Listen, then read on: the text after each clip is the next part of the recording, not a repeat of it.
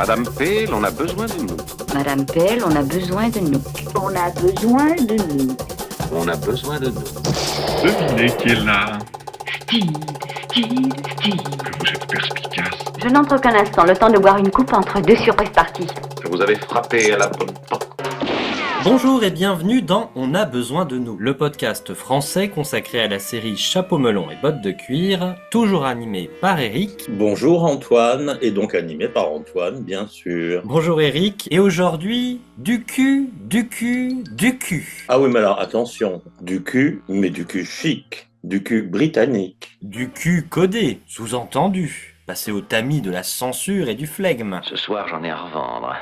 Ça clignote de nouveau. Donnez l'alarme. Alerte urgence, alerte urgence, alerte urgence. Avertissement aux auditeurs sensibles. Attention, ce podcast parle de sous-entendus sexuels, de fétichisme, de symboles et de fantasmes télévisuels. Si pour vous, Chapeau melon et bottes de cuir est une série innocente du dimanche après-midi, vous risquez d'entendre des choses que vous ne pourrez plus oublier. Vous avez été prévenu en tout cas, on va effectivement parler de choses un peu kinky. Et d'ailleurs, c'est un mot qui va revenir souvent. Oui. Pour cette Saint-Valentin, on vous a fait le pendant de l'épisode de l'année dernière sur l'amour. Maintenant, fini les roucoulades, nous allons passer aux choses sérieuses. Tout à fait, voilà.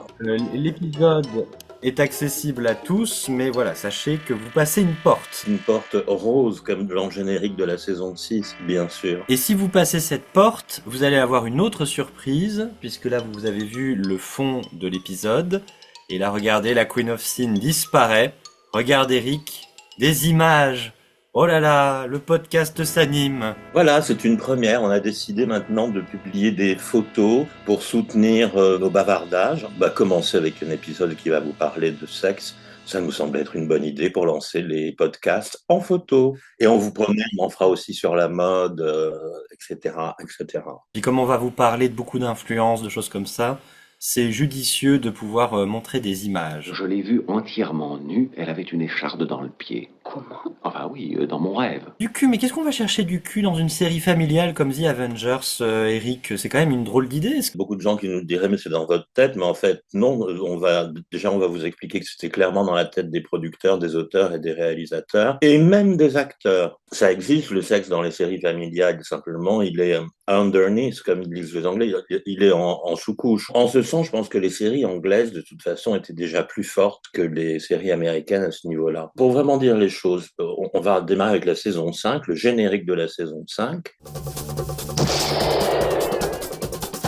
Si on regarde bien le générique de la saison 5, c'est quoi? C'est un homme qui pénètre l'écran, une femme apparaît et là, paf, explosion, on peut parler d'orgasme. C'est la promesse que fait la série dès les premières secondes du générique. Vous allez jouir, voilà, c'est fait. Et après, on peut se décontracter, on peut se détendre, on va prendre un verre, tiens, ils se mettent à faire du sport, même si Speed fait son entraînement de karaté, Steed s'entraîne à jouer avec son parapluie, ouais, bon. On peut passer à autre chose puisque le sexe est consommé dès le début dans le générique. En allant chercher l'inspiration de certaines images, ça c'est toi qui nous l'as trouvé hier à peine, dans Playboy, je ne pense pas qu'on soit dans la mauvaise direction. Regardez cette image du numéro de mai 60. La première fois que je l'ai vue, il me l'a envoyée tout de suite et je la vois, pourtant je connais bien ce magazine. Cette photo, j'avais jamais vu cette une et j'ai presque cru que c'était une photo du générique de la saison 5. En fait, aujourd'hui, le sexe dans les séries, dans les films, dans les produits culturels de manière générale, c'est tellement banalisé. On peut pas comprendre comment tout ça était une gymnastique complètement quotidienne pour les téléspectateurs adultes de l'époque, de lire tous ces symboles. On avait quand même quelques exemples pour vous montrer qu'on siphonne pas complètement du bulbe. En 67, à l'époque où est diffusée la saison 5 de Chapeau melon, il y a 2001, l'Odyssée de l'espace de Stanley Kubrick, qui aujourd'hui est un monument de la SF, c'est considéré comme l'un des films les plus intellectuels, avec beaucoup de théories philosophiques, etc. En tout cas, l'une des théories aussi qui est très forte à l'époque, c'est que 2001 serait une allégorie de la fécondité de l'acte sexuel. Le vaisseau spatial Discovery, il a des formes tout à fait subjectives. Ensuite, il envoie ses pods pour aller féconder le monolithe, ce moment d'extase quand on passe à travers la porte du voyageur lumineux, et puis à la fin on se retrouve avec une salle blanche et puis un embryon. On sort pas ça de nulle part non plus. Puis bien sûr, il y a tout le passif du Code Haze aux États-Unis qui fait que les auteurs et spectateurs sont habitués à décrypter. Parce qu'aujourd'hui, Chapeau Melon, elle a un regard très familial. On voit que c'est une série tout public. Moi, mes grands-parents m'ont mis devant Chapeau Melon alors que j'étais encore tout jeune. Donc voilà, il y a pas du tout cette image aujourd'hui de la série provocante. Enfin, j'ai pas l'impression. Par contre, à l'époque, quelle image à la série? Il y a quand même un mot-clé qui balaye toute la décennie 60. C'est kinky. Oui, il apparaît même dans la presse, carrément. Patrick Macnee, non seulement l'utilise, mais il le réutilisera beaucoup plus tard. Regardez la 4e de couverture de son livre The Avengers and Me, où il parle du fait que, oui, il était a very kinky man. Alors, kinky, c'est quoi? Moi, je dirais coquin en français, je le traduirais par Oui. coquin. Mais ça va un petit peu plus loin, ça peut être coquin et pervers, en fait. Il y a une traduction de kinky que j'aime bien, moi, c'est ce qui fait travailler l'imaginaire. Oui, Là, on se rend compte qu'il y a des connexions qui se font avec Chapeau Melon. la série, dans ses 3 premières saisons, contenait déjà ces éléments. Et il y a un article que tu as dégoté dans le Huddersfield Daily Examiner du 13 janvier 1964. Many made the most of the opportunity, so much so, in fact, that Miss Blackman, who for the past 2 years has been appearing regularly on television screen as Cathy Gale, the glamorous, if kinky, undercover agent in ABC's The Avengers series, listed with request for her autograph. Effectivement, elle est déjà, Honor Blackman, qualifiée de kinky. Ce vocabulaire va être réutilisé par Julian Wintle et Brian Clement quand ils vont lancer la nouvelle saison avec Diana Rigg. Qu'effectivement, Julia Wintle dit on ne veut pas perdre the kinky quality of the Avengers. Donc la qualité kinky, quoi. C'est un label presque pour eux. Et puis bien sûr, il y a le célèbre tube Kinky Boots aussi qui est lancé au même moment. Everybody's crazy for those kinky boots, kinky boots. Kinky boots. And whether you're in evening dress or bathing suit, You wear boots, boots, a kinky boots. Honor Blackman, déjà, elle recevait beaucoup de courriers, elle l'a dit, sur le fait qu'elle portait du cuir, qu'elle se battait avec des hommes, on la provoquait en duel, on lui demandait si elle amenait son fouet, si on l'invitait à dîner, enfin bon, c'était assez infernal le courrier de Catherine Gale. On sait que celui de Diana Rigg va l'être tout autant. Quand ça arrive avec Diana Rigg, d'ailleurs, Brian Clement en parle dans la presse, tout de suite, il met ces choses-là en avant, en fait. Pour le coup, le cuir doit revenir, absolument. Il parle même dans un article d'essayer du polythène, plutôt, comment on appelle ça, du PVC, tu vois. Et il cite déjà, mais là, parce qu'il est en train de travailler sur le script de Touch of Brimstone, hein, le club de l'enfer, il cite déjà un collier de chien avec des pointes. Mais c'est pour les chiens méchants qu'on utilise ce genre de collier, je crois. Hein. Oui. Donc on peut imaginer que Mrs. Peel n'a pas été gentille si on lui met un tel collier. Hein, voilà. La série va avoir cette réputation d'une série coquine, d'autant plus que la promotion va être souvent très agressive sur la question, parce que même plus que la série, Oui. ils vont vraiment se lâcher dans des photoshoots, les photoshoots sur la plage avec Ray Austin, avec le parapluie dans le décolleté de Mrs. Peel, enfin.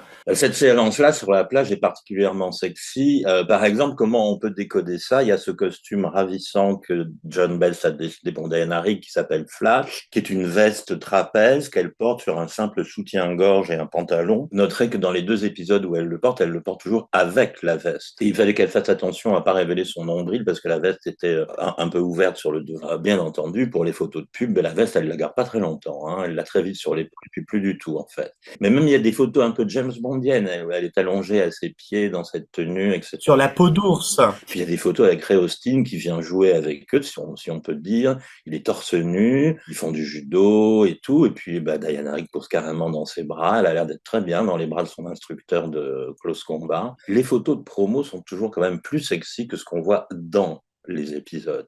Et puis il y a toute cette série aussi avec en janvier 67 avec les sportifs, le lutteur qui porte Mrs. Peel, le jockey qu'elle cravache. Sur lequel elle est assise, puisque voilà, tous ces garçons étaient les champions de l'année, en fait, étaient les numéros 1 de l'année chacun dans leur sport. Ces photos étaient très gonflées aussi, effectivement. Mais on retrouvera cette tendance à ce que les photos de plateau, les photos de pub soient plus sexy que ce qu'on voit dans la série, parce que dans la série, il faut préserver le côté familial, en fait. Tu le retrouves jusqu'à Tara dans du bois vermoulu. Enfin, les photographes, ils ont fait de la contre-plongée quand elle est avec sa chaîne au pied, hein, voilà. Alors que tu remarqueras que dans la série, c'est quand même plus discret. C'est vrai qu'il y a ça dans James Bond aussi, hein, le côté attiser la publicité presque mensongère, aguicheuse.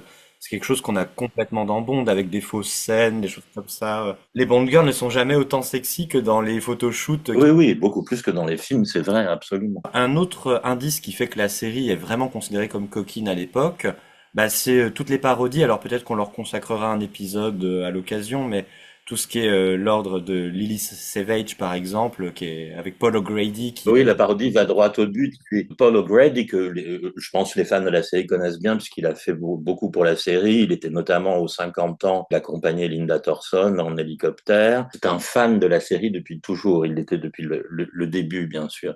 Mais il avait aussi un double, Paul O'Grady, qui s'appelle Lily Savage, c'est-à-dire sa version en travesti, en fait, blonde. Et ils ont fait une parodie de Chapeau melon, alors tournée en noir et blanc. On est vraiment en parodie de la saison 4, où il fait une Mrs. Peel qui en a ras-le-bol. Mais dès le début de la scène, où il y a un cadavre, elle s'en prend à Steed en lui disant « Vous êtes déjà bourré à 11h du matin, mais vous n'avez pas marre de boire du champagne, on est là pour enquêter. Oh, moi, ça me donne le hoquet, j'en ai ras-le-bol. Et puis ces costumes de cuir, c'est nécessaire. Franchement, pourquoi je ne peux pas en m'entendant faire cuivre dès que je marche. Et puis il y a surtout la parodie du fétichisme de Mrs. Peel, qui serait une fétichiste qui pratique le bondage et le sadomasochisme. Et Steed ne sait plus s'il doit la délivrer ou pas la délivrer. Une fois, il la délivre. Elle dit, mais enfin, Steed, est-ce que vous interrompez cette séance? Ça ne vous regarde pas. Enfin, bon. Et la deuxième fois, elle est ficelée sur des rails. Ça nous rappelle quelque chose. Et là, Steed se rappelle, dit, ah non, c'est encore une de vos fantaisies. Bon, ben, je vous laisse. Et le train lui passe dessus. Voilà. Et là, qui trouve-t-il à la tête de la locomotive? Une autre Avengers Girl, Tara King, en blonde, c'est toujours Lily Savage, bien sûr, qui la joue. Bon, c'était très clair, il parle que de sexe dans cette parodie que je vous conseille de revoir. C'est un truc qui a été tourné dans les années 90, je pense. Mais c'était la manière dont les Anglais décodent eux-mêmes leurs produits cultes, en fait. Du coup, si c'est une série qui est un peu coquine, j'imagine que tout de suite la censure veille. Il y a un côté scandaleux de la série qui, ponctuellement, pas beaucoup, mais ponctuellement, va se faire taper un peu sur les doigts. On a 2 épisodes sur le bureau des plaintes de la censure. C'est le Joker qui va se faire couper. Alors souvent, la plupart du temps, on n'en entend pas parler. Les épisodes se font couper sans que ça fasse scandale. Il y en a quand même un qui fait particulièrement scandale. C'est en février 66, quand est diffusé Le Club de l'Enfer. Là, il y a carrément une vraie censure qui va se mettre en place. C'est les plateformes de diffusion ITV. Il y en a une qui a manifesté le fait qu'on ne pouvait pas diffuser avant 21h. Des images pareilles, il parlait des coups de fouet à la fin, parce qu'il y a effectivement de très nombreux coups de fouet. Et donc, ils les ont coupés pour la télévision britannique. Les Américains ne vont pas le diffuser, tout simplement. Sur cet épisode qui est très sexuel, quand même, Le Club de l'Enfer, on va y revenir un peu dans les détails. C'est pas tellement l'aspect sexuel qui a été censuré, c'est l'aspect violence, en fait. C'est pas sur la reine de tous les péchés que la censure s'est tournée. Tout le monde trouvait ça sympathique qu'elle apparaisse comme ça. C'est bien de repartir sur cet épisode parce que c'est le deuxième qu'écrit Brian Clement pour la série. Quand il a écrit Voyage sans retour, il appelle encore Emma Samantha, en fait. Et c'est Mary Donaldson, l'attachée de presse des studios, qui trouve Emma Peel. Elle doit trouver ça alors qu'il est en train d'écrire Touch of Brimstone, dont les premières répliques à la rencontre de Courtney et d'Emma sont « I come to appeal to you, Mr. Courtney », et il lui répond « You certainly do ». C'est-à-dire qu'en fait, ils viennent de trouver le nom et ils l'insèrent tout de suite, dès le début de son deuxième épisode, pour bien appuyer sur la signification de ce patronyme Emma Peel. Voilà. Cela étant dit, cet épisode va avoir des gros problèmes avec la chaîne qui n'arrête pas de le renvoyer dans les cordes, et ce qui fait qu'il sera tourné beaucoup plus tard. Et c'est plutôt pour des choses qu'ils trouvent scabreuses, comme les 2 doigts coupés de Willy. Ouais. Ils ont peur ce que ça va donner à l'écran. Il y a quand même la scène d'orgie qui inquiète un peu. C'est un épisode qui parle vraiment clairement de sexe. Tu as les scènes entre Courtney et sa maîtresse. En fait, Courtney décide dès qu'il la voit qu'il va devoir conquérir cette femme. Il veut lui faire jouer une dominatrice parce qu'il veut avoir une adversaire à sa taille. Et d'ailleurs, à la fin, quand il la confronte pour la dernière fois, c'est la réplique est absolument géniale. Elle a dégommé les 2 gardes du corps et il a dit « Ah, bravo, qu'est-ce que vous faites avec les vrais mecs ?» C'est ça en anglais. Very impressive. Now, what do you like with the big boys? On peut peut-être dire au passage que le corset qu'elle porte dans cet épisode vient d'être vendu aux enchères. Voilà. Mais je pense pour 3000 livres, voilà. Voilà, c'est pas beaucoup, il repartira peut-être plus tard à des sommes plus importantes. Il y a tous ces coups de fouet, alors au final je crois que c'est 38 secondes qui sont coupés dans la version originale. Il va y avoir tout un culte dans la presse, elle apparaît en Reine des Péchés avec Courtney, avec le fouet à la main, dans The Evening News avec ce titre, l'image que la télévision ne veut pas vous montrer ce soir. Enfin voilà, il y a un jeu aussi avec la censure. Ils en ont fait de la publicité, il y avait de la censure, mais la censure ils l'a transformée en publicité. J'ai retrouvé un article de la Guilde, la Guilde des scénaristes de l'époque, qui écrit ceci en février 67, qui je trouve correspond bien à l'actualité de la saison 5. La pression de l'uniformité et le souci de ne pas choquer ni les spectateurs ni le gouvernement vont à l'encontre des programmes vivants et entraînent fadeur et autocensure, des vices néfastes pour les producteurs, les réalisateurs de télévision. Est-ce que c'est pas ce qui correspond le mieux à cette attitude des producteurs et des scénaristes en saison 5 qui, face aux règles des Américains, vont se sentir obligés de gommer, lisser un peu le côté kinky de Mrs. Peel et notamment sa garde-robe? Oui, absolument. Là, c'est très dommage parce qu'en fait, ils auraient pu s'en passer. L'exemple le meilleur, c'est que le premier épisode de Le Marchand de peur contient 2 Emma Piller qu'on adore tous. Ça, ils ont dit au couturier Alan Hughes, non, il faut reboucher les trous, là. Les combis, ok, mais pas comme ça. Ce qui est dommage, parce que je pense que s'ils avaient insisté quelques mois plus tard, on leur aurait dit, ok, ça passe. Parce qu'en fait, on est entre 66 et 67, et ce sont des années où la censure va changer à la télévision américaine. Mais c'est pour ça que la saison 5 est moins brûlante, on va dire, que la saison 4. Peut-être pour ça que la saison 4 est la favorite de tous les fans, non? Tu crois pas? C'est possible que le côté initié ait joué un rôle là-dedans. Bon, et du coup, ça y est, maintenant qu'on est initié, on va aller décoder. On a essayé de faire un plan, mais en vrai, c'est tellement un sujet large, le sexe dans Chapeau melon. Pas trop large, quand même. Pas trop large, oui, on espère. Mais bon, on va forcément laisser des choses de côté. Mais voilà, on va essayer quand même d'y aller un petit peu dans l'ordre. Moi, je pense que pour ouvrir notre décodage, je pense que les conseils de Diana Rigg sont plutôt les bienvenus. Elle dit le 16 septembre 1966... La façon dont je projette le sexe, quand on me le permet, je ne peux pas le montrer de façon évidente à l'écran. Je ne pourrais pas jouer une séductrice trop évidente. Je pense que le sexe doit être conveillé subtilement, presque inconsciemment. C'est beaucoup plus efficace ainsi. Projeter le sexe de manière forcée le tue. S'il ne faut pas le projeter de manière forcée, il va falloir le jouer de manière détournée. Et pour ça, on va commencer avec l'imagerie des symboles phalliques. On en a beaucoup dans la série. Eric a commencé peut-être par le parapluie. Oui, alors évidemment, le parapluie, on n'y pense jamais, mais effectivement, il peut être vu comme un symbole phallique. Après, c'était pas intentionnel parce qu'il est arrivé totalement par hasard. C'est Patrick qui l'a choisi lui-même pour ressembler à des personnages existants déjà, en fait. Mais effectivement, avec l'état d'esprit des réalisateurs et des producteurs, il va être détourné, le parapluie, bien sûr. Oui, puis le parapluie, il va aller toucher des choses. Enfin, moi, je pense à l'ouverture de Voyage sans retour, oui, où le parapluie appuie sur la sonnette, et là, le Judas très velu de Mrs. Peel s'ouvre. Le Judas de Voyage sans retour pose question. On va le revoir dans d'autres épisodes, mais pas beaucoup. Il n'est pas resté très longtemps. Donc, cet énorme œil qui s'ouvre. Et bon, beaucoup de personnes ont déjà vu un sexe féminin. Et effectivement, c'est leur parapluie qui le déclenche. Bon. Le parapluie, donc, de style. Et tout ce qui tient de manière générale, ça va aussi être de temps en temps des blagues sur sa virilité, de l'épée, de l'économe et le sens de l'histoire qui n'arrive pas à tenir face aux bandits. Ça n'est pas très enthousiasmant. Attendez qu'elle soit mise au défi. Mais on a aussi dans le jeu s'arrête au 13, mauvais club. Il sort un club et c'est pas celui qui avait son épée cachée dedans. Donc il y a des symboles comme ça, il y en a partout. On pense tout de suite, on revoit Emma dans Le fantôme du château d'As quand elle attend que le fantôme arrive alors qu'il joue de la cornemuse. Bon, ça fait partie pour moi des symboles phalliques évidents mais un peu inutiles. Probablement une idée du réalisateur, ça fait pas partie du script. Mais il y a des symboles phalliques qui sont beaucoup plus importants. Je crois que le plus important des symboles phalliques de toute la série, c'est Linda Thornton qui va y avoir droit. Miroir, évidemment, parce que c'était un épisode qui va donc marquer un changement pour elle. Pour la première fois, on le sait, on le dit toujours, elle va jouer avec ses vrais cheveux, plus de perruque. Il lance une véritable héroïne d'action et à l'assaut de quoi elle part? D'un phare.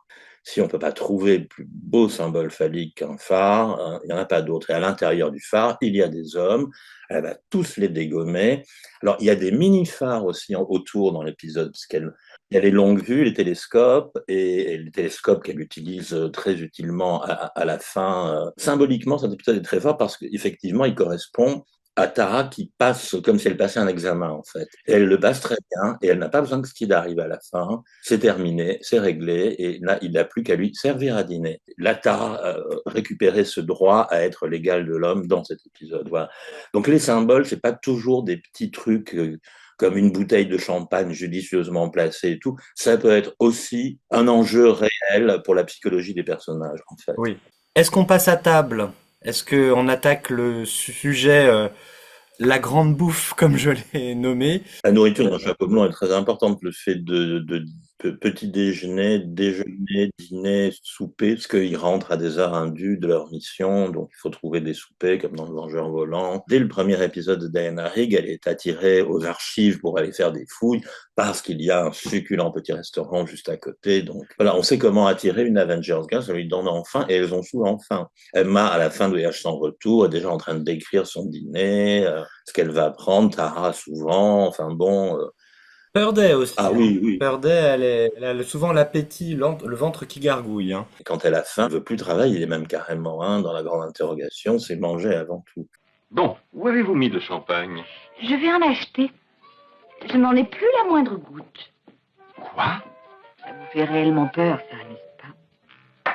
Ah. Même dans Les Marchands de peur, on sent bien qu'ils rentrent tard le soir et il n'y a plus de champagne. Et si, il y a quand même du champagne. Ça pourrait vouloir dire, ah non, pas ce soir, style, oh, mais si, allez, finalement, si, quand même. Surtout en fin d'épisode, dîner, souper, c'est une allégorie pour parler du sexe.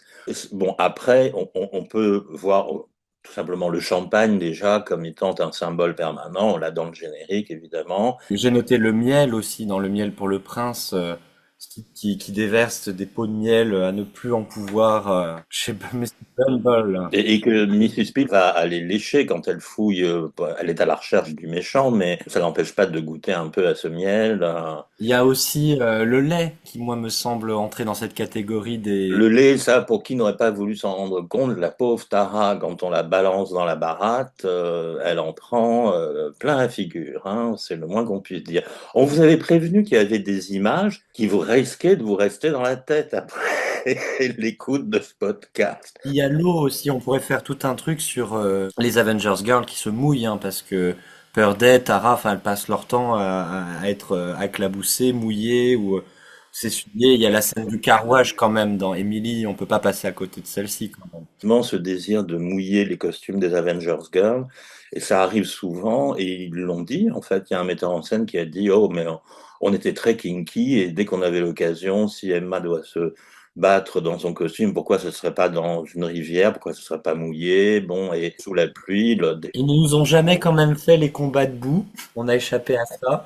On va passer du côté des scènes codées, les combats sont dans notre ligne de mire. On pourrait adapter la phrase de Hitchcock, les scènes de combat sont filmées comme des scènes de sexe. Oui, oui, tout à fait, même plus que des scènes de sexe. Il y en a qui deviennent de plus en plus évidents, je trouve, à partir de la couleur. Bon, il y a meurtre par épisode, le premier combat sur le pont où elle porte ce ravissant costume de cuir, le seul de la saison 5. Regardez-le bien, quoi, ce combat, c'est quand même un viol, en fait, c'est une scène de viol. Curieusement, elle se défend bien sûr, mais elle se défend moins bien que d'habitude, en fait, je trouve. On retrouve ça dans la Dynamo Vivante, mais alors là, c'est à mourir de rire. Je me suis rendu compte en revoyant A Touch of Brimstone que le doigt de la Dynamo Vivante, c'est l'un des deux doigts de Willy, en fait. Ils ont gardé le même accessoire, mais bon, cet homme avec ce doigt pointé qui est supposé l'électrifier complètement. Ah, mais ça marche pas, flûte alors. Bon, il y a trop de symboles, hein, au bout d'un moment. Et puis le fait de filmer les combats et les corps dans les combats, c'est une façon de filmer les corps aussi. Hein, donc oui, tout à fait. Il y avoir des gros plans sur certaines parties du corps, des contre-plongées. Moi, je pense à la scène de Mort en magasin. Le claquement de doigts, c'est aussi pour voir les hanches de Mrs. Peel à ce moment-là. Oui, mais effectivement, cette scène de combat de Mort en magasin, peut-être l'une des plus sexuelles de tous. Et puis t'as ça à la fin du combat de Mort en magasin, je sais pas si tu te souviens, il l'emmène vers des objets perforants, il veut la transpercer sur des lames. Là aussi, enfin c'est très codé comme scène. Je trouve. Et la petite botte posée sur le corps de l'homme à la fin du combat est également quelque chose de significatif et que Ray Austin avait en tête depuis le début, parce que dès la première séance de photos commerciales de Diana Rigg, elle n'a toujours pas de costume, elle a toujours son pull au vert noir, son pantalon noir et ses bottes, et ben avec Ray Austin, elles ont déjà joué cette scène où elle a un revolver, elle lui pose la botte dessus, genre victorieuse en fait. Oui, des scènes de bagarre comme ça, bon, pour rester sur la même idée, si vous prenez une des plus belles de la saison 6, c'est My Wildest Dream à l'Acme Précision, quand Tara va chercher le calepin. Là aussi, on a affaire à une véritable scène de viol, peut-être la plus violente de toutes en fait. Après, Emma dans La poussière qui tue, par exemple aussi. Hein, On peut revenir aussi sur certains épisodes qui, moi, me semblent avoir un sous-texte important. Maille à partir avec les tatis, qui s'ouvre quand même sur un homme cochon qui emmène une femme en bikini à la sortie d'une nuit, on imagine, bien chaude. On finit avec Mrs. Peel en tenue de petit oiseau, dans une cage qui semble être une cage de go-go danseuse, quoi. Hein. Oui, il faut repartir dans l'époque, dans ces années-là où dans les boîtes de nuit on danse le jerk. Je ne sais pas quel club à Londres avait lancé les filles dans des cages à oiseaux comme ça, qui dansaient le jerk, effectivement. Ce qui est très intéressant, c'est que dans cet épisode, donc, ils mettent Mrs. Peel en très petite tenue dans une cage, mais elle va être vendue aux enchères. Mais pourquoi elle est vendue aux enchères? C'est pas pour ce physique affriolant, c'est pour son cerveau. C'est toujours là que Chapeau Melon se détourne de tout. On la vend pour son intelligence. Finalement, elle domine toujours la situation. La seule chose qui l'effraie, c'est le prix auquel elle va être vendue. Bon, puis il y a le tigre caché aussi qui est assez connoté, je trouve. Hein, le gentil Pussy. Little Pussy qui devient une tigresse infernale. Je pourrais continuer longtemps. Y a aussi la scène de la presse dans ah oui, les 7 jours le début, avec ces gros plans sur Mrs. Peel qui hurle pendant que la presse la compresse. Oh, elle ne hurle pas, elle gémit, elle reste très digne, elle gémit. En fait, bon, selon Claire, ils ont vraiment placé la caméra au-dessus d'elle. C'est une femme en train d'avoir un orgasme qu'on nous montre en fait. En jouant à quoi? On se le demande comme d'habitude, hein, Mrs. Peel, combinaison de cuir. Bon, il y a une catégorie qui me semble évidente, c'est que la perversion dans The Avengers, elle est aussi très présente chez de nombreux antagonistes. Alors là, on en a une pléthore, mais en fait, ils apparaissent surtout dans les saisons 4 et 5, je trouve. Bon, alors, il y a Finch, par exemple. Je n'ai encore jamais tué une femme. Ce serait immonde de perforer une peau aussi transparente. Et qui ouvre le cuir de Mrs. Peel avec la fermeture éclair. Évidemment, tu vas nous parler du Joker, parce que là, on est vraiment dans la perversion. On en a pas mal, mais Cartney les symbolise. Ça se passe dans les saisons avec Mrs. Peel, parce que Mrs. Peel, il s'agit de la dominer, en fait. Et on note que ça arrive moins chez Tara, parce qu'elle est beaucoup plus jeune, beaucoup plus innocente, enfin, en apparence. Emma, il y a vraiment ce désir que Cartney a de l'affronter, en fait, en réalité. Oui. Et le Joker, c'est pareil, en fait. Hein. Et Beresford, c'est pareil aussi, hein.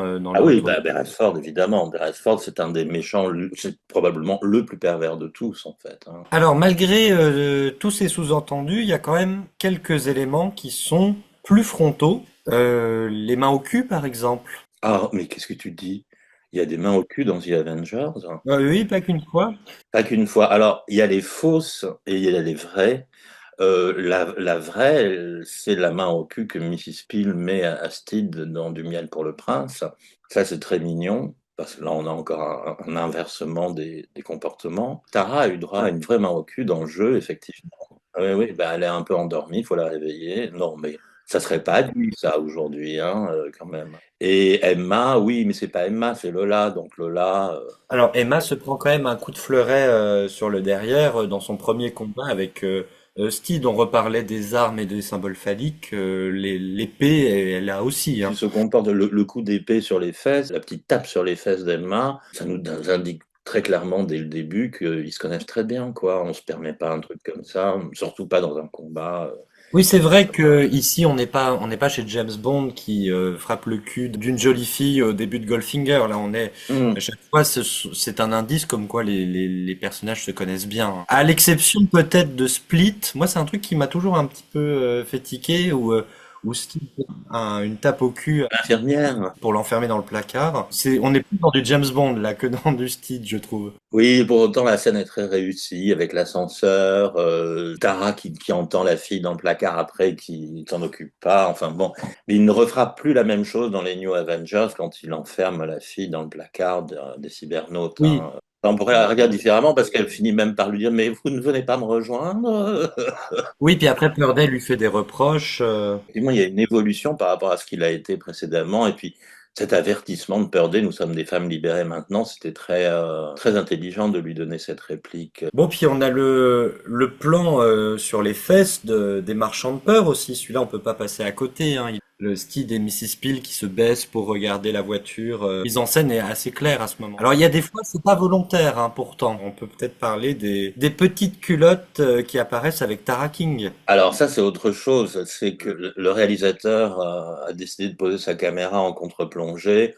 Exemple, Un dangereux marché, le duel avec Conrad, quand elle arrive et qu'elle lui balance 2 coups de pied, si vous vouliez pas qu'on voit sa petite culotte, il fallait cadrer différemment, hein, voilà, parce que bon, ou alors lui mettre une jupe plus longue, j'en sais rien, mais bon, voilà, oui, ça arrive par accident avec Linda Thorson, ça arrive plusieurs fois, hein. Puis surtout, ça ne se voyait pas sur les écrans de télé de l'époque. Oui, bien sûr. Oui. Il y a le retour des cybernautes aussi, où Mrs. Peel... Ah oui, le retour des cybernautes, il s'était gonflé, le roulé-boulet en mini robe rose, et d'ailleurs, mais c'est Sid Chald qui s'y est collé, mais en fait, finalement, ils ont fini par réaliser ce qui embêtait Cathy dans ses combats en direct, c'était que ses robes se déchirent, donc d'où le cuir, mais en fait, eux, ils sont revenus à la robe un peu trop courte pour le combat, ça les a pas trop gênés, en fait. Ça, pour moi, c'est ce qu'on appelle le côté sexy de la série, en fait. Oui, plus on avance, plus les mini-jupes de Tara raccourcissent, oui, c'est clair. Et de Mrs. Peel aussi, hein, franchement, dans la Dynamo Vivante, un petit coup de vent et c'était bon. Mais tout ça, c'est volontaire. Enfin, ils sont enchantés de filmer ça. Et puis, en 1967, 68, 69, c'est tout à fait possible, hein. Le code Eyes et tout ça, ça a sauté, hein, c'est terminé. On peut montrer des filles en bikini et en mini-jupe, il n'y a pas de souci. Bon, puis on va finir cette première classification avec les répliques coquines, ce qu'on appelle les Devil Line. Des répliques à double sens où le sexe n'est jamais très très loin. Alors je te propose qu'on en fasse une à tour de rôle. Dans les New Avengers, moi il y en a une que j'aime bien, que j'ai relevée récemment, c'est Gambit qui essaye d'ouvrir la serrure de la cellule de Purday et il n'arrive pas à ouvrir le cadenas et Purday qui lui balance. Imaginez que c'est une ceinture de chasteté. Alors je vais chercher la clé, ne bougez pas. Il va tout de suite motiver davantage Gambit, hein. Diana Rigg, dès son premier épisode, elle a compris dans quoi elle rentrait, elle a compris ce qu'elle allait devoir jouer. Quand elle se présente à l'agence cérémoniale, Lovejoy lui demande de décrire l'homme idéal. Cultivé, grande intelligence.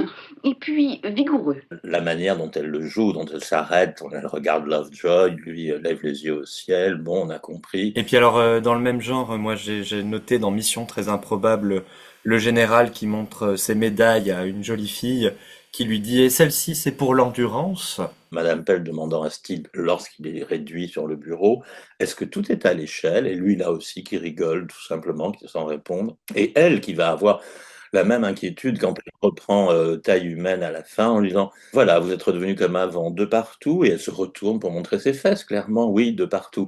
Mais en fait, cet épisode regorgeait de coquinerie, hein. Oui, puis encore une fois, Steed avec son mini parapluie, puis le tank, enfin bon, voilà, on pourrait, oui. Digresser beaucoup sur Mission très improbable. Et puis bon, il va falloir qu'on dise un mot aussi de Tara King, qui est agent 69. Ah oui, ça quand même. Est-ce qu'on va pas vous faire un dessin? Je pense que c'est pas nécessaire. On peut dire que ça veut dire qu'elle est l'agent déluré, en fait, voilà. Des répliques à double sens dans la saison 6, il y en a encore des tonnes. Ce qui est amusant, c'est de les repérer, tout d'un coup de vous dire ah bah oui, mais quand même, bon, voilà. Bah c'est un petit jeu parce qu'en plus, alors déjà, il y en a beaucoup qui passent pas en version française. I'm looking forward to meeting this Major. How do I play it? Show him your bumps. C'est tout à fait possible de passer à côté, hein, donc... Il y en a une qui a été coupée pendant longtemps dans le jeu s'arrête au 13, oui. Oui, ou je sais plus comment s'appelle ce personnage, qui dit à Mrs. Pila, je voudrais bien donner un coup ou deux sur le cours ou en dehors du cours. Bon, évidemment, ça n'utilise que des expressions de golf, hein. Alors, je propose à présent qu'on s'attaque à l'évolution et les influences de la présence du sexe dans The Avengers. Donc on va y aller chronologiquement, on va retourner au début de la série, on va voir comment c'est présent et comment ça évolue petit à petit. Et puis le constat qu'on peut faire dès l'origine, c'est que le sexe est présent dès la première partie, dès la période vidéo. The Underworld, dans le Underworld, on a le sexe qui est présent, hein. On a parlé beaucoup de prostitution, de problèmes de jeunes couples, des amants dans le dernier épisode. Voilà, la dimension populaire du sexe, la dimension sociale, elle est très très présente dans cette première période. Dans L'homme dans le miroir, Steed salue une prostituée avant d'aller au briefing de son chef. On comprend que le QG est caché dans une rue à prostitution, en fait. Oui, non, il y avait déjà dès la saison 1, mais aussi, il faut dire que ce côté sexy des séances de fixage, parce que du bondage, dans la saison 1, il y en a, hein, Steed. Oui, et un paquet, hein, oui, il y en a un paquet. Oui, il y en a un paquet, il est souvent bondagé et même torse nu. Les deux garçons, les filles. C'est inhérent au cinéma d'aventure, au thriller, au cinéma policier. On trouve ça chez Hitchcock comme chez James Bond, bien sûr. Le film noir, énormément. Hein. Ça ne dérange personne. Mais à partir du moment où Cathy commence à s'habiller en cuir, ça va changer la donne, en fait. Oui. Hein. Le cuir, il a cette dimension impénétrable. Enfin, on ne peut la toucher, hein, Mrs. D. Et ça va beaucoup exciter et ça va donner une dimension au bondage qui va être complètement différente. Hein. Moi, je pense que le changement se fait en saison 3. Hein. Il y a énormément de scènes coquines en fait qui arrivent à ce moment-là. Il faut bien noter que on est dans la télévision directe, donc c'est beaucoup plus difficile à réaliser. Hein, donc, le bondage sophistiqué dont on parlera plus tard n'est pas possible parce qu'il faut défaire les liens tout de suite, etc. Enfin bon, c'est impossible. Donc, à l'origine, Cathy devait être attachée sur les rails. Hein. Cette idée des fossoyeurs, elle avait été prévue pour la période vidéo et en fait, ils se sont rendus compte que ça allait être impossible à réaliser dans les conditions du direct. Ils auraient été obligés surtout d'aller faire un extérieur pour faire ça. Et de le rajouter, bon, c'est vrai que les extérieurs n'étaient pas très bons, il faut l'avouer. Hein. Je pense qu'ils avaient placé beaucoup d'espoir dans la scène des fossoyeurs, donc The Undertaker et non pas The Grave Digger, parce qu'il y a deux fossoyeurs en français, où c'est une fantastique scène de gunfight dans un jardin anglais avec une fontaine. La scène est géniale et malheureusement c'est très décevant dans ce que ça rend dans le résultat final. Ils se sont dit en fait on va gâcher cette idée, donc autant la garder pour la période vidéo. On note une scène, c'est celle dans Concerto, je trouve, où elle est sanglée dans un fauteuil, mais on est beaucoup plus concentré sur la partie de roulette russe finalement que sur le bondage en fait. Après, il y en a quand même quelques-unes. Bon, il y a la scène dans Bal costumé où ils sont menottés l'un à l'autre qui est très Hitchcockienne. On va rencontrer des personnages coquins, il va se passer des choses. Moi, j'ai revu la scène du cocon où John Steed va voir Edina Roney. Qu'est-ce que c'est que cette scène, quoi, avec cette femme qui ligote des hommes dans des sacs. Enfin, la personne vient ici quand même depuis 6 mois pour s'entraîner à s'évader, pour gagner de l'argent dans la rue. Qu'est-ce que c'est que cette histoire complètement abracadabrantesque? Oui, c'est comme s'il rentrait dans une boîte fétichiste, en fait. Hein, ah oui, mais complètement, enfin... C'est sûr que c'était à lire complètement à double sens, cette scène du coco. On voit qu'Edina Roney, à un moment, est habillée d'une combinaison de caoutchouc. Enfin, c'était très... Et elle aussi va être attachée. Oui, elle va se retrouver tuée, ficelée dans un sac... Bon, il y a la scène aussi de l'éléphant blanc où Steed va acheter des menottes. Alors pour quadrupède, bipède, vous aimez ce modèle, celui-ci, vous préférez plutôt essayer celui-là, on peut les adapter pour vous. Enfin, cette scène-là aussi, elle est chargée. Cette scène est géniale, et avec l'actrice qui est géniale aussi. Hein. Ah bah oui. On peut aussi dire un mot sur la présence de l'haltérophilie et du sport aussi. Hein, ça, c'est très classique aussi, hein, pour montrer... les corps masculins et féminins. Alors on parle beaucoup du corps féminin parce que c'est lui qui est plus bondagé, mais il y a beaucoup de corps masculins dans ces années-là, mais c'est fait avec une certaine naïveté, en fait, je trouve. Ensuite, moi, je pense à Killer Whale et au très joli Joey, qui est le héros de l'épisode avec Cathy, en fait, et qui se déshabille, très naturellement dans les vestiaires. On a des scènes comme ça dans le premier épisode de Venus Smith. Des capodes, oui, mais c'était quelque chose qui était assez classique. Dans Les Aigles aussi, moi, je trouve qu'il y a dans ce pensionnat de jeunes filles où il y a tous ces hommes en costume de sport qui font du trampoline, enfin... Bon, voilà. Mais il y a un jeu sur le sport, effectivement, surtout qui est le point d'orgue, c'est quand Emma ouvre le placard dans la chambre de Steed et qu'il n'y a que des photos de culturistes, puisque nous sommes dans un collège de jeunes filles, il ne faut pas l'oublier. Et c'est vrai que le cuir était déjà présent aussi dans toute une littérature underground, quoi, qui était déjà... Ah bah oui, dans de l'illustration, dans de littérature underground, dans la bande dessinée surtout. Le mot est lancé, bande dessinée, on peut attaquer les influences qui arrivent en saison 3 et qui deviennent manifestes et très sophistiquées en saison 4. Enfin, Mrs. Peel, elle n'était pas dupe, puisque Diana Rigg, elle a dit en interview, d'une manière subliminale, c'était très coquin je me retrouvais presque toujours sanglé dans une chaise de dentiste, les jambes en l'air. Sweet Mrs. Peel. Oui, et elle était très lucide là-dessus. Mais elle devait pas avoir cette culture underground que Brian Clement et les autres scénaristes avaient. Les couvertures des comics, les couvertures des livres d'action avec des filles ficelées, mais tout ça c'était un peu sous le manteau. Tu le trouvais pas dans la librairie du coin, tu vois. C'était. Non. Et puis il y a eu beaucoup de Voilà. procès pour la jeunesse perdue par toutes ces publications. Enfin, le Orange Mécanique de Kubrick qui est fait au milieu des années 60, il parle de ça. On est persuadé que les revues violentes et les exutoires à fantasmes que sont par exemple Man Story Magazine, on vous met quelques couvertures. Bon, les gens sont horrifiés à l'époque par ces numéros. Oui, en même temps, ça existait déjà dans les serials des années muets aux États-Unis. Bon, il y a un personnage qui symbolise à elle toute seule et qui s'appelait Pauline dans The Perils of Pauline, on retrouve exactement les mêmes scènes que dans The Grave Diggers, accrochée au rail, etc. On retrouve également les scènes comme dans Epic, où elle est avec une scie circulaire dans une usine à bois. L'inspiration venait aussi du cinéma, mais toute cette culture underground qui arrive après-guerre, en fait, toute cette culture de la bande dessinée, et puis qui va être représentée par des gens de grand talent quand même aussi, et on pense à John Wiley. Alors John Wiley, c'est le créateur de Gwendoline. Gwendoline, ce personnage Sweet Gwendoline, comme tu dis, d'une jeune femme. On s'en fout complètement en fait de l'histoire. Tout ce qui compte, c'est qu'elle soit ficelée, qu'il y ait une autre fille qui vienne la déficeler. Mais il faut qu'elle se fasse reficeler, qu'elle se déficelle et qu'elle se reficelle.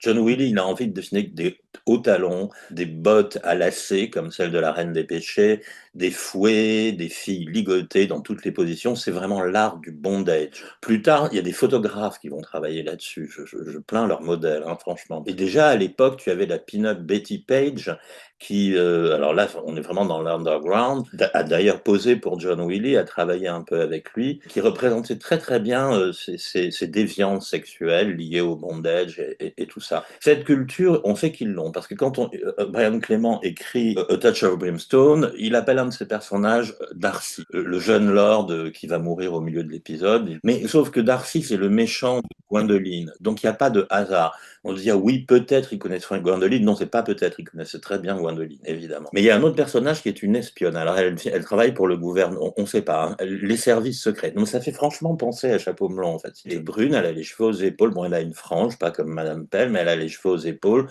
Toujours des bottes un petit peu comme celle de Touch of Brimstone, et une combinaison blanche, une grosse ceinture noire sanglée. Elle, c'est une femme à poigne, elle est là pour défendre Gwendoline, elle vient la délivrer, elle l'engueule à chaque fois. Elle s'appelle U89, U99.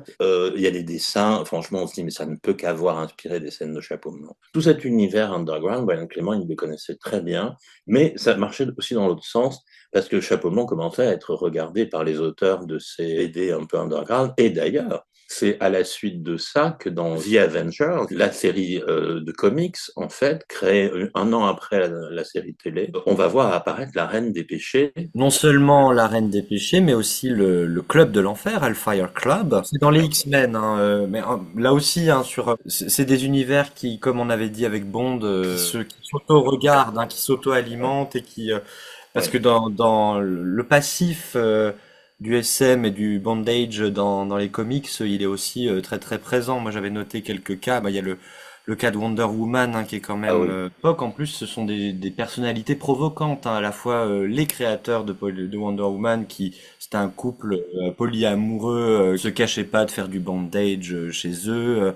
L'un des créateurs de Superman, Joe Shuster, qui lui a ensuite, après avoir fait Superman, a fait des illustrations érotiques je vous mets quelques extraits de Night of Horror, enfin des personnages qui embrassent des pieds, des choses comme ça. Enfin, là aussi, on est dans le même imaginaire, hein, donc... Quand on arrive à la saison 4, la série commence à elle-même inspirer cette culture underground de la même manière que cette culture underground avait inspiré la série. Vraiment dans un creuset entre 63, 64, 66. Pour ceux qui ont vu Le Voyeur de Michael Powell, nous avons du coup le personnage du photographe, le personnage principal du film.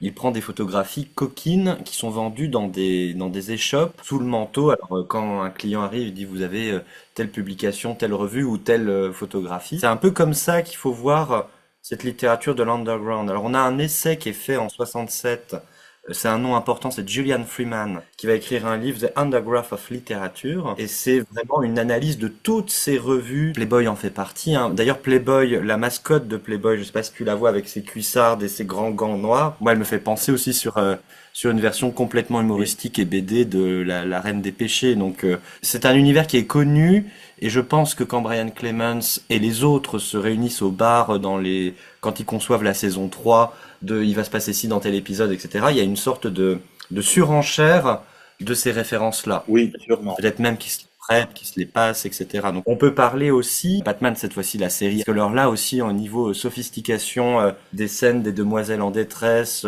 du bondage et des costumes moulants, etc. Enfin on est quand même plutôt bien gâté. La scie de Epic, on a une scène qui est pratiquement identique avec Robin, par exemple, hein. La scène du sablier également de jeu, on la retrouve chez Batman. Mais Batman, ils sont allés beaucoup plus loin parce que c'était vraiment une double lecture. Un premier abord pour les enfants, un deuxième abord à mourir de rire pour les adultes. Ça se passe en même temps que Chapeau Melon, hein. C'est 65, 6 et 7, hein, je crois. Ils se regardent beaucoup l'un l'autre, d'où l'hommage énorme à Batman dans Le Vengeur Volant.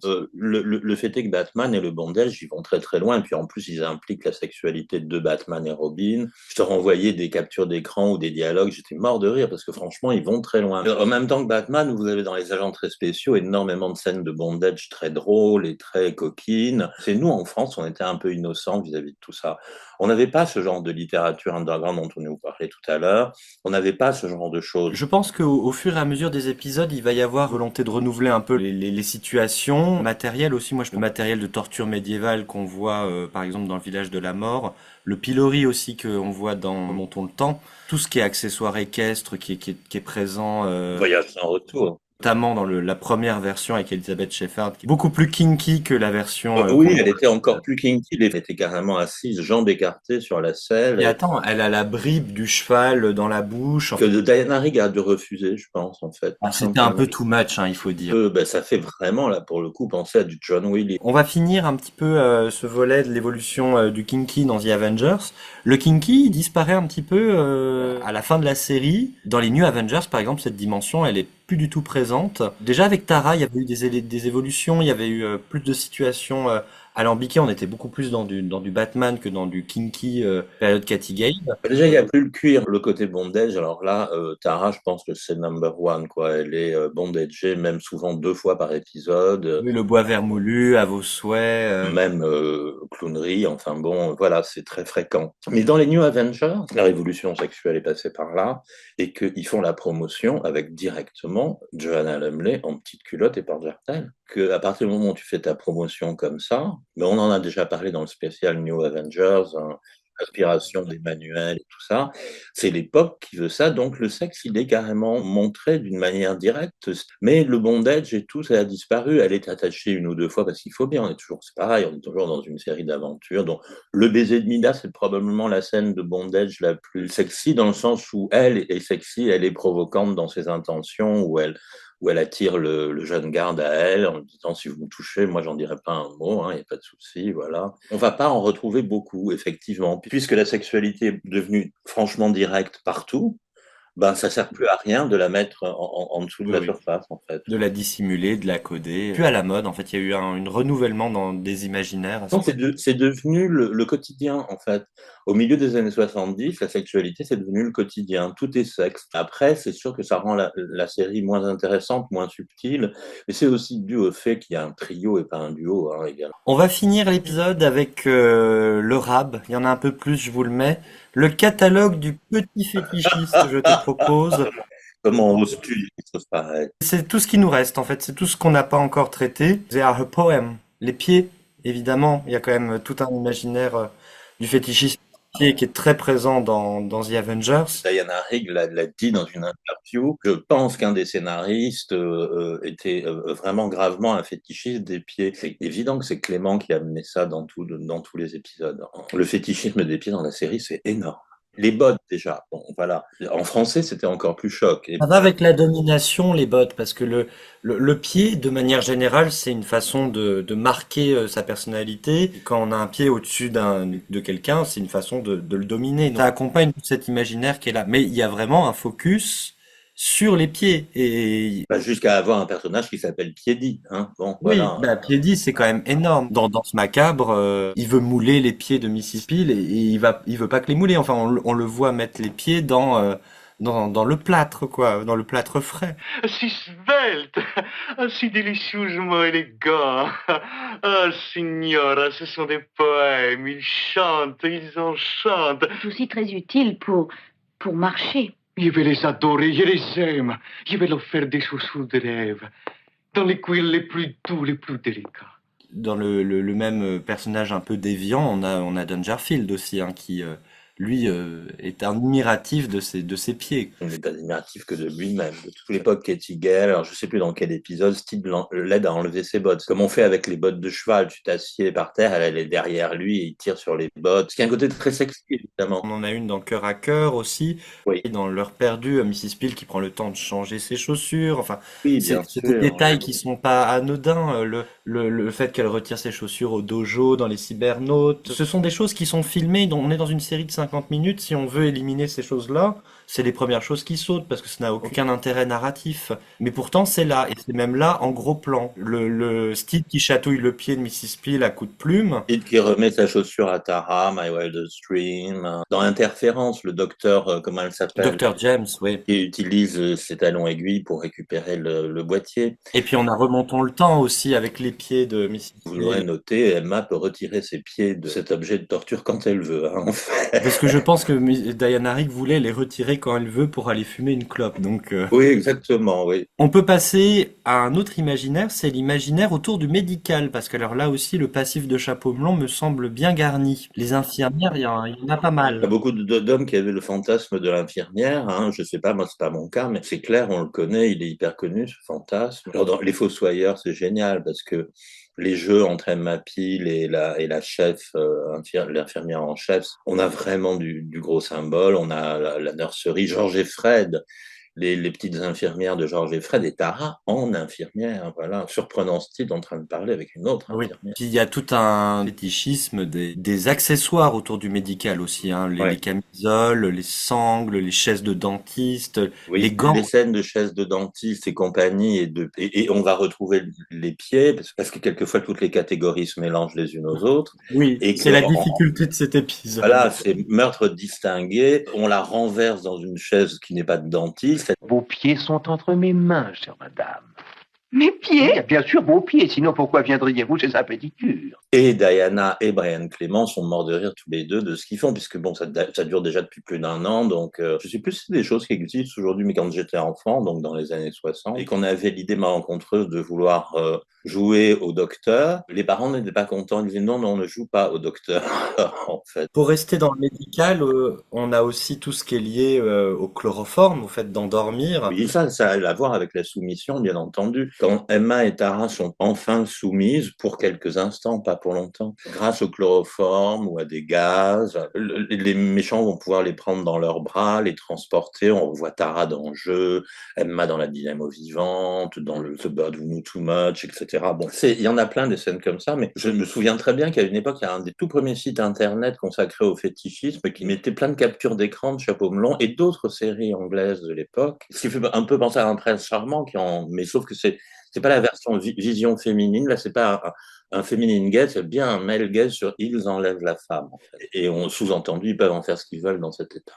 On va finir en disant que les fans ont beaucoup contribué à un site imaginaire sexuel autour de The Avengers. Voilà, bon, se reconnaîtront les uns les autres, mais il y a eu beaucoup de sites qui dissectent ça sur des aspects très particuliers. Aujourd'hui, bon, l'IA assouvit tous les désirs des uns et des autres. Il n'y a pas une journée où tu ne m'envoies pas une photo de Mrs. Peel dans une situation cocasse régénérée par l'IA. Je les envoie parce qu'elles sont géniales, ces illustrations faites par l'IA. C'est un site espagnol qui les propose et elles sont super qualitatives. On va vraiment pouvoir bien s'amuser un de ces jours avec tout ça. Mais disons que, en tout cas, voilà, je pense qu'on peut pas passer à côté du fait aussi que les fans ont fantasmé beaucoup d'aspects dans Chapeau melon et ont prolongé ces fantasmes par les outils. Alors à l'époque, c'était les dessins.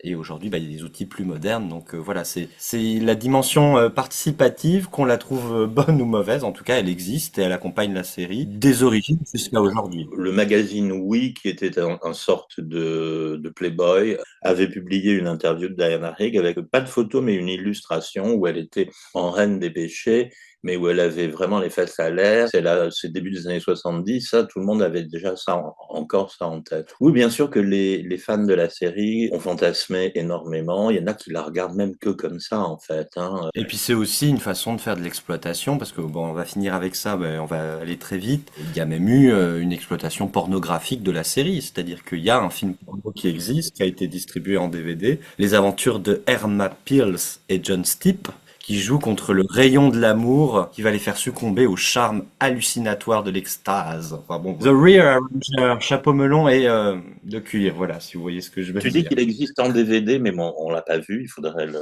Ouais, j'aimerais bien mettre la main dessus pour un intérêt strictement professionnel, bien entendu. Je pense que c'est excessivement mauvais, je pense que les liens avec Chapeau melon sont très ténus. Le docteur, paraît-il, se serait littéralement bombardé par son rayon sexuel à tel point qu'il serait en permanence en état de, devrait-on dire, d'excitation pour le reste de sa vie. Oh, quelle horreur! Ah, c'est terrible. Et c'est avec le portrait de la reine qu'il va s'envoyer en l'air? C'est encore une autre preuve de la dimension prolonger la série par une dimension érotique, voire même pornographique. Voilà, bon, je pense qu'on est allé au fond du trou, si tu vois ce que je veux dire. Ouais. Cette semaine, nous sommes tombés au fond du trou. Là, on était dans la Saint-Valentin rose et jolie l'année dernière. Là, on est dans une Saint-Valentin donjon cuir un peu spécial, mais bon, pourquoi pas. C'est une forme de Saint-Valentin aussi. Hein. N'hésitez pas à nous dire si vous avez aimé l'illustration de cet épisode, parce que ça va nous demander quand même un boulot de recherche pour trouver ces images et les mettre. Eric, est-ce qu'on aurait des petites recommandations pour terminer? Si vous êtes vraiment intéressé par ce type de sujet, hein, parce que sinon c'est un peu saoulant, les éditions de ta chaîne avaient publié il y a longtemps, mais ça doit être trouvable sur eBay, un coffret en 2 volumes qui reproduit la totalité du magazine Bizarre de John Wiley, donc le créateur de Gwendoline. C'est érotique bien sûr, mais c'est aussi très joli. Il avait un très beau trait, John Wiley. Il y a vraiment un très beau travail de dessin, des couvertures qui me font penser à René Gruau. On peut trouver parce qu'elles ont été republiées à partir des années 70 par plusieurs éditeurs et y compris en français, les premiers albums de Gwendoline. Et moi, j'attrape Gwendoline au vol, puisque je vais vous parler de l'adaptation cinéma de Gwendoline par Jules Jacquin en 1984. Alors, The Peril of Gwendoline of the Land of Yik-Yak, alors tout un programme. Et là, on est vraiment dans du plaisir coupable, hein, parce que vraiment, c'est très mauvais. Mais quand même, comme c'est juste Jacquin qui est à la réalisation, c'est une photographie qui est magnifique, comme dans tous ses films. C'était un très grand photographe, Jacquin, avant tout, et il s'est lancé dans le cinéma avec Emmanuel. Le cinéma n'est pas très intéressant, mais il est très beau, ça c'est vrai. Il y a une partie, effectivement, qui est très référencée à John Wiley, mais sinon, je pense que c'est quand même assez loin, c'est plutôt un récit d'aventure avec une demoiselle en détresse et puis des situations coquines avec un bel homme. Je trouve que c'est un film qui est drôle. Enfin, il y a des situations avec... Bernadette Lafont est hilarante dans ce film, elle est drôle. Ah mais elle s'amuse, enfin voilà. Et puis nous avons le valet de Bernadette Lafont, qui est un collectionneur de papillons. C'est Jean Rougerie. Il joue le fameux Darcy, qui va jouer un peu plus tard dans Dangereusement Vôtre. Tué par un papillon à la Tour Eiffel, oui. C'est une référence. Oui, non, parce que le film n'est pas un film cochon, hein. C'est un film coquin. Il y a Tabou Bretman qui joue un des rôles principaux dedans, que j'aime beaucoup, moi, personnellement. Voilà, donc moi, c'est mon conseil si vous voulez vous amuser. Voilà. C'est la seule adaptation de Gwendoline sur grand écran. Ouais. Cocorico, elle est française. Voilà. Excellente Saint-Valentin à tout le monde. Je suis sûr qu'on va vous donner plein d'idées pour la fêter, cette Saint-Valentin, avec cette émission. On se retrouve le mois prochain pour explorer un autre de nos kinks, un film de 1998 qui va lui aussi mettre en avant des chapeaux melons et des tenues en cuir. Voilà. Absolument. On va s'attaquer à un gros morceau. Et on aura même un invité pour le faire avec nous. En attendant, je vous souhaite le meilleur. Profitez bien de cette Saint-Valentin et à bientôt dans un nouvel épisode de On a besoin de nous. À bientôt, Antoine. Eh bien, au revoir, monsieur Steed.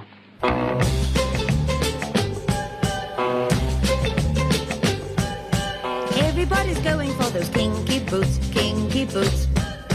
Kinky boots, it's a manly kind of fashion that you borrowed from the Brutes. Borrowed from the boots. Kinky boots, Fashion magazines, they wear 'em. And you rush to obey like the women in a harem. Full length, half length, Fully fashioned calf length. brown boots, black boots, Patent leather jack boots. low boots, high boots. Lovely lanky thigh boots. We all dig those boots. Everybody's crazy for those kinky boots, kinky boots, kinky boots. And whether you're in evening dress or bathing suit, You wear boots, boots, a kinky boots.